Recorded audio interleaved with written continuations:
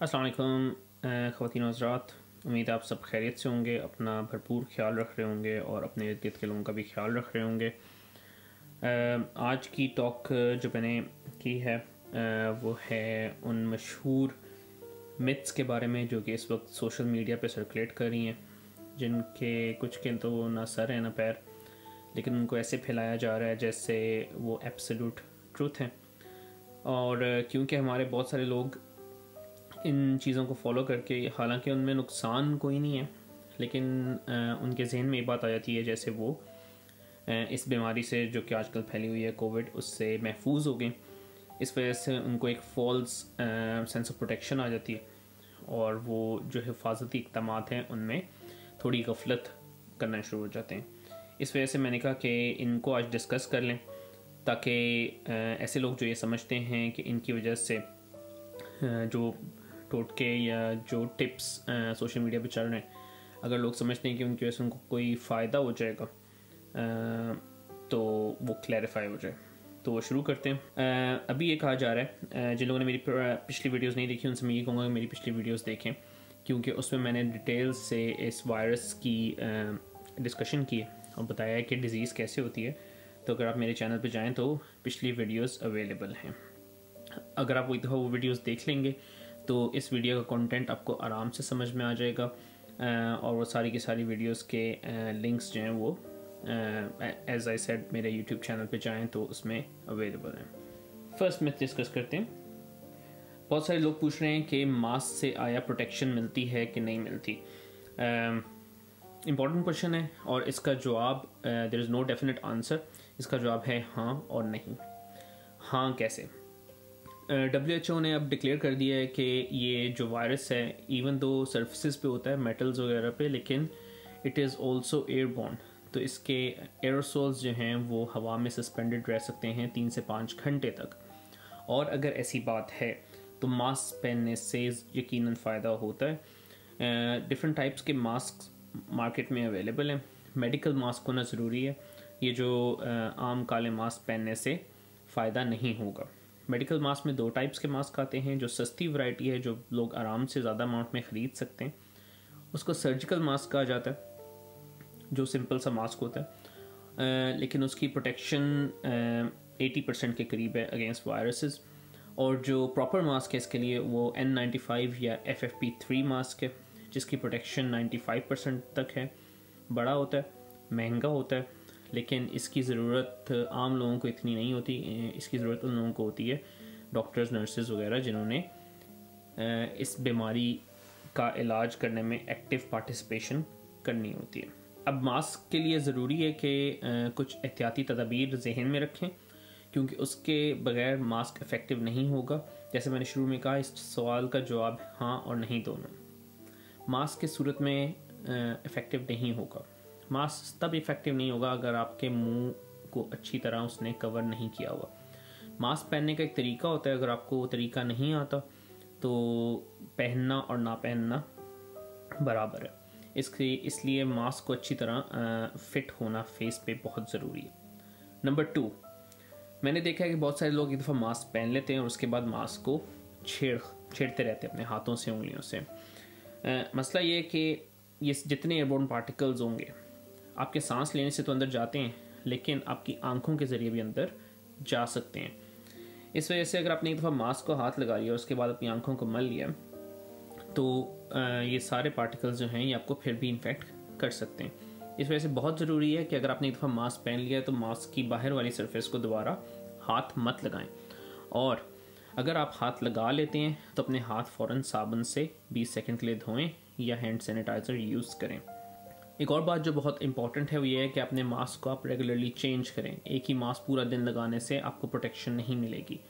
इस वजह से ज़रूरी है कि आपके पास थोड़े ज़्यादा मास्क हों।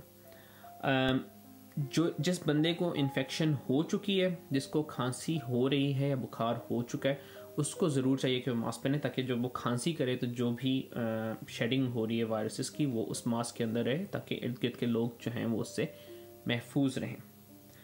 आप देख रहे होंगे कि चाइना, सिंगापुर, मलेशिया वगैरह इस तरह की कंट्रीज़, इवन पाकिस्तान में मास्क बहुत कॉमनली यूज़ किया जा रहा है। हालांकि अगर आप वेस्ट में आ जाएं तो अमेरिका, इंग्लैंड, फ्रांस, जर्मनी, इनमें मास्क की इतनी कॉमन यूज़ नहीं है। इसकी एक मेन रीज़न ये है कि ईस्टर्न सोसाइटीज़ में मास्क कल्चरली मोर एक्सेप्टेबल है, सो ऐसे लोग यूज़ करते हैं। वेस्टर्न में इस क्योंकि ज़्यादा से ज़्यादा फेस नहीं कवर किया जाता, इस वजह से इसकी एक्सेप्टेबिलिटी जो है वो थोड़ी सी डिफरेंट है। अब एक चीज़ जो बहुत इंपॉर्टेंट इस वक्त जहन में रखने की है वो ये है कि इन मास्क की ज़रूरत आपसे ज़्यादा उन लोगों को होगी जो हॉस्पिटल में इन मरीज़ों का ट्रीटमेंट करें, और इसी वजह से शुरू में बहुत ज़्यादा डिस्करेज किया गया जनरल पब्लिक को कि वो मास्क ना बाय करें। अगर आप सारे मास्क ख़रीद के मार्केट से गायब कर देंगे तो वो लोग जिन्होंने आपका ट्रीटमेंट करना है उनको इन्फेक्शन होने का ख़तरा होता है, क्योंकि उनके पास मास्क शायद अवेलेबल ना हो सके, क्योंकि मार्केट में मास्क अवेलेबल फिर नहीं होंगे। और ये मैंने आपको पहले बताया कि कितना ज़रूरी है डॉक्टर्स और नर्सिस का प्रोटेक्शन, क्योंकि अगर डॉक्टर और नर्सिस प्रोटेक्टेड नहीं होंगे तो बेशक आप जितनी मर्ज़ी प्रोटेक्शन ले लें, आप उनके पास जाएंगे अगर अपना इलाज कराने किसी और चीज़ के लिए भी, तो आप बहुत आराम से और आसानी से इन्फेक्ट हो सकते हैं और उनकी जानों को ख़तरा है। और एक डॉक्टर जिसने 1500, 2000, इवन 3-5 हज़ार भी मरीज़ देखना है, उनको नहीं देख सकेगा। इस वजह से मैं मास्क के बारे में ये ज़रूर कहूँगा कि अगर आप क्राउडेड किसी एरिया में जा रहे हैं तो मास्क ज़रूर पहनें। जहाज़ में सफ़र कर रहे हैं, बस में सफ़र कर रहे हैं, हालांकि अभी लॉकडाउन में ये सब चीज़ें नहीं होनी चाहिए, लेकिन अगर कर रहे हैं तो मास्क ज़रूर पहनें। लेकिन मास्क इतने ज़्यादा बाइंग ना शुरू कर दें कि डॉक्टर्स और नर्सिस के लिए मसला बन जाए। रिस्पॉन्सिबल कस्टमर रहें, रिस्पॉन्सिबल बाइंग करें और पैनिक बाइंग से गुरेज करें। अगर आप स्लोली हर कोई बाय करेगा तो कंपनीज़ के पास इनफ टाइम होगा इसकी प्रोडक्शन और रिप्लेसमेंट का, लेकिन अगर आप सारे के सारे जाके एक ही दफ़ा उठा लेंगे तो शॉर्टेज क्रिएट हो जाएगी, जिसकी वजह से हालात ख़राब हो सकते हैं। सो नेक्स्ट क्वेश्चन जो मुझसे बहुत ज़्यादा पूछा जा रहा है वो ये है कि इसकी वैक्सीन बहुत जल्द आने वाली है। वैक्सीन के बारे में बताता चलूँ, एक डिफरेंट वीडियो मैंने बनाई है और उस वीडियो को ज़रूर देखें ताकि आपको पता चले कि वैक्सीन कैसे असर करती है और बनाई कैसे जाती और उसका असर कितना इफेक्टिव होता है। इसमें मैं भी सिर्फ ये इतना कहूँगा कि वैक्सीन इतनी जल्दी इस तरह की बीमारी की आना बहुत मुश्किल है। अगर बहुत ही आइडियल सिचुएशन भी हो तो वैक्सीन आने में it can take anything between 12 months to 18 months, even 2 साल तक लग सकते हैं। उसकी रीज़न ये होती है कि वैक्सीन इनिशियली प्रिपेयर की जाती है और उसको टेस्ट किया जाता है, और वैक्सीन टेस्ट इसलिए की जाती है पहले जानवरों में और फिर इंसानों में, कि इससे पहले कि उसको रोल आउट करके पूरी दुनिया में हर इंसान को दे दिया जाए, ये पता चलाया जाए कि आया इस वैक्सीन से प्रोटेक्शन होती है या नहीं, नंबर 1। नंबर 2 कि इस वैक्सीन के साइड इफ़ेक्ट्स कोई बहुत सीरियस तो नहीं है, एंड नंबर 3 इस वैक्सीन से खुद बीमारी तो नहीं हो सकती। तो ये चीज़ें टेस्ट करना बहुत ज़रूरी है। अभी जहाँ तक मुझे इंफॉर्मेशन है, आई थिंक 15 से 20 वैक्सीन्स जो हैं उन पे काम हो रहा है फॉर द सेम डिजीज़, क्योंकि सारी फार्मास्यूटिकल कंपनीज़ की ये दौड़ लग जाती है कि जल्दी से जल्दी वैक्सीन बनाई जाए, ताकि ऑब्वियसली उनकी इनकम इसके ऊपर डिपेंड होती है। एक बहुत बड़ी कैटास्ट्रफी भी है पूरी दुनिया में, लेकिन उनमें से कोई भी ऐसी नहीं है जो मार्केट में अनकरीब आने वाली हो, और ह्यूमन टेस्टिंग के बगैर वैक्सीन कभी भी लाइसेंस नहीं हो सकती। इस वजह से बहुत ज़रूरी है कि वेट किया जाए, एंड अनटिल दैट टाइम आपको सारी की सारी एहतियाती तदाबीर करनी होंगी। एक और चीज़ जो मुझसे बहुत ज़्यादा पूछी जाती है वो ये कि इस वायरस से आया सिर्फ बूढ़े लोग अफेक्ट हो रहे हैं, और इसका जवाब है नहीं। इस वायरस से बूढ़े लोग अफेक्ट ज़्यादा हो रहे हैं कंपेयर टू यंग, लेकिन उसकी मल्टीपल रीजंस हैं। उसकी रीज़न सिर्फ ये नहीं है कि यंग लोगों को ये वायरस कुछ नहीं कहता। उसकी रीज़न एक तो बहुत बड़ी ये है कि जो बूढ़े लोग हैं, पुरानी नस्लें, उनको और बहुत सारी बीमारियां हो जाती हैं विद एज, जिसमें ब्लड प्रेशर हो गई, शुगर हो गया, अगर लोगों ने सिगरेट पी है उसकी वजह से फेफड़ों की बीमारी, या वैसे कोई और फेफड़ों की बीमारी। तो इन बीमारियों के साथ अगर एक और बीमारी ऊपर से आ जाए, निमोनिया हो जाए, तो ऑब्वियसली मसला ज़्यादा होता है। लेकिन यंग लोग भी इफ़ेक्ट हो रहे हैं और यंग लोगों की भी डेथ्स हो रही हैं। इसलिए अगर आप यंग हैं तो प्लीज़ ये ना समझें कि आपको ये बीमारी नहीं हो सकती, बहुत सवेयर किस्म की बीमारी भी हो सकती है। और इस वक्त इंग्लैंड में जो यंगेस्ट मौत हुई है इस बीमारी के नतीजे में वो है 13 साल के बच्चे की। एक 19 साल की भी पेशेंट की डेथ हो चुकी है। तो काइंडली प्लीज़ ये चीज़ स्प्रेड ना करें कि सिर्फ बूढ़ों की बीमारी है, बच्चों को नहीं होती। ये हर एज के बंदे को हो सकती है। हाँ, इसके एडवर्स इफ़ेक्ट्स बूढ़ों में इसलिए ज़्यादा हैं क्योंकि बूढ़ों के पास रिज़र्व कम होता है और थोड़े से ज़ईफ़ हो जाते हैं, इस वजह से उनको ज़्यादा इफ़ेक्ट हो सकता है। इसी के साथ साथ एक और चीज़ भी मेंशन कर दूं जो पूछी जाती है कि आया इस वायरस में म्यूटेशंस हो रही हैं, ये वायरस अपने आप को कैसे चेंज कर रहा है। It is very difficult to tell.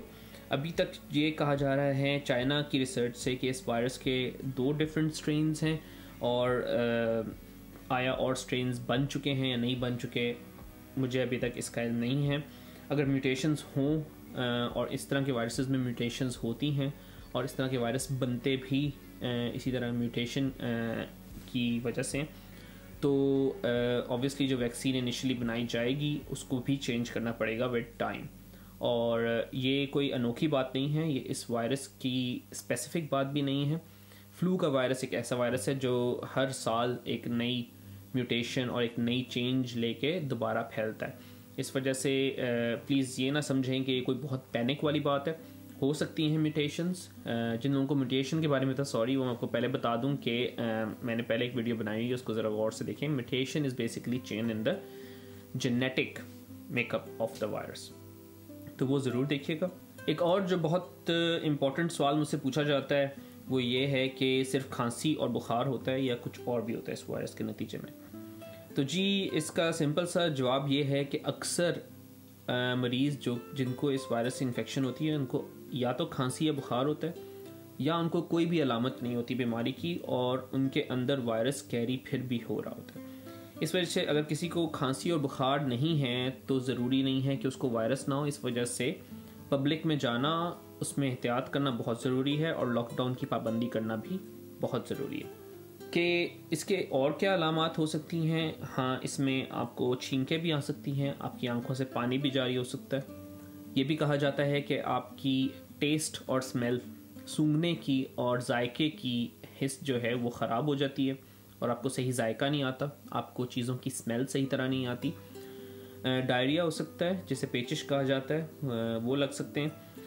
और कुछ रिपोर्ट्स हैं कि वायरस से और पार्ट्स ऑफ बॉडी भी अफेक्ट हो सकते हैं, लेकिन सबसे कॉमन जो इसका इफ़ेक्ट है वो आपके फेफड़ों पे और आपके सांस की नाली में होता है और इस वजह से खांसी और बुखार जो है उसके ऊपर नज़र रखना ज़रूरी है। नेक्स्ट मैं डील करूँगा एक बहुत कॉमन चीज़ जा रही है, बल्कि मेरे घर वालों ने भी मुझे बताया कि वो भी ये काम करते हैं। ब्रेथ होल्डिंग टेस्ट, सांस रोकने वाला टेस्ट जो है वो व्हाट्सएप पे और फेसबुक पे बड़ा मशहूर हो गया कि जी अगर आप 10 सेकंड सांस रोक सकते हैं अपना तो इसका मतलब है आपको कोविड इन्फेक्शन नहीं है। लेकिन सांस रोकना इस चीज़ का बहुत अच्छा टेस्ट है कि आपके लंग का फंक्शन कैसे काम कर रहा है, आपके सांस में कोई मसला तो नहीं है। और I think this is all it is. ये सिर्फ आपको ये बता सकता है कि आपको सांस लेने में मसला तो नहीं हो रहा, लेकिन ये आपको कोविड के बारे में नहीं बता सकता कि आपको कोविड इन्फेक्शन हो गया है या नहीं हुआ है। अगर आपको निमोनिया होगा उसमें भी आपको सांस उखड़ सकता है अगर कोविड से नहीं भी हुआ। और अगर आपको वैसे नज़ला ज़ुकाम कोई आम सा हो जाए तो उससे भी आपके सांस उखड़ सकता है। दमे के मरीज़ों का सांस उखड़ता है, जो लोग सिगरेट पीते हैं उनका सांस उखड़ जाता है। तो हाँ, इस टेस्ट से आप ये ज़रूर कह सकते हैं कि आपके लंग्स जो हैं वो अफेक्ट हो रहे हैं या हो चुके हैं, लेकिन ये बताना कि इससे ये बता देना कि कोविड है कि नहीं है, I don't think that is possible. एक और चीज़ जो सोशल मीडिया पे बड़ी सर्कुलेट कर रही है और वो ये है कि गर्म पानी से गरारे करें, गर्म पानी पिएं और गर्म पानी में डिफरेंट चीज़ें मिला के उसको हर 10 से 15 मिनट बाद पीते जाएं। और उससे कहा यह जा रहा है कि होता ये कि आप जब पानी पीते हैं तो वायरस आपके हलक से साफ़ होके आपके पेट में चला जाता है और आपके मैदे के एसिड जो हैं वो उसको इनएक्टिवेट कर देते हैं। तो दिस इज़ इंटायरली रॉन्ग। पानी पीने से हाँ फ़ायदा है, जनरली एक हेल्थी एक्टिविटी है, आपको पानी पीना चाहिए। एक आम इंसान के लिए ज़रूरी है कि वो दिन में 2 लीटर के करीब पानी पिए, लेकिन ऑब्वियसली अगर जहाँ पे गर्मी ज़्यादा है और लोगों को पसीना ज़्यादा आ रहा है उनको ज़्यादा पानी पीना पड़ेगा, और जहाँ पे गर्मी इतनी नहीं है या छोटे बच्चे उनको 2 लीटर पानी उनके लिए बहुत ज़्यादा है। तो पानी पीना अच्छी बात है और अपने आप को हाइड्रेट रखना अच्छी बात है और ज़रूरी है, लेकिन पानी ज़्यादा पीने से वायरस फैलेगा नहीं या आपको इन्फेक्शन नहीं होगी, तो दिस इज़ नॉट प्रूवन और इसका कोई एविडेंस नहीं है। और कोई वीडियो है कि जी वुहान से लोग कह रहे हैं कि हमने भाप ली है तो सिर्फ उससे वायरस सही हुआ है और किसी चीज़ से सही नहीं हुआ। अगर वायरस को ट्रीट करना इतना ही आसान होता तो पूरी दुनिया जो है वो भाप ले रही होती इस वक्त, लेकिन आप देख रहे हैं कि ये काम अभी शुरू नहीं हुआ। इस वजह से मैं ये कहूँगा कि हेल्थी है ड्रिंकिंग वाटर, लेकिन उसको सिर्फ ये ना समझा जाए कि उससे कोविड आपको नहीं होगा।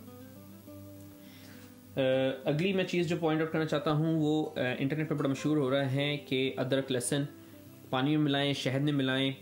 तो एक बात तो मैं आपको क्लैरिफाई कर दूं कि कुछ चीज़ें जो हैं वो इस्लाम में उनकी बेनिफिट्स प्रूवन है। शहद हो गया, कलवंजी हो गई, इस वजह से उन चीज़ों के ऊपर मैं कमेंट नहीं कर रहा। मैं सिर्फ उन चीज़ों के ऊपर कमेंट कर रहा हूँ जिनका जिक्र इंटरनेट पे मैंने देखा है।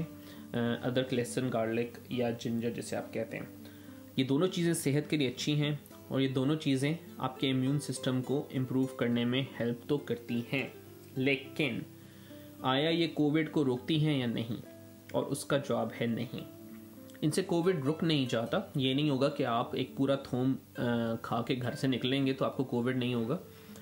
एक और चीज़ जो इसी के साथ मैं आपको बताता चलूँ कि कहा जा रहा है कि नमक के पानी के गरारे, तो नमक के पानी के गरारे असल में करते क्या हैं? अगेन आई वुड रिकमेंड कि आप मेरी वीडियो देखें जिसमें मैंने बताया है कि कोविड-19 वायरस से डिज़ीज़ कैसे होती है, और उसमें मैंने आपको बताया कि बेसिकली सांस की नाली में स्वेलिंग हो जाती है जिसकी वजह से आपको सांस लेना मुश्किल हो जाता है, और फेफड़ों में भी स्वेलिंग हो जाती है जिसकी वजह से सांस लेना मुश्किल हो जाता है। इनिशली ये स्वेलिंग जो है गले से स्टार्ट होती है, और नमक वाले पानी से ये होता है कि वो स्वेलिंग गले की कम हो जाती है, और ये बहुत कॉमन हमारे बरसगीर में ये चीज़ यूज़ होती है।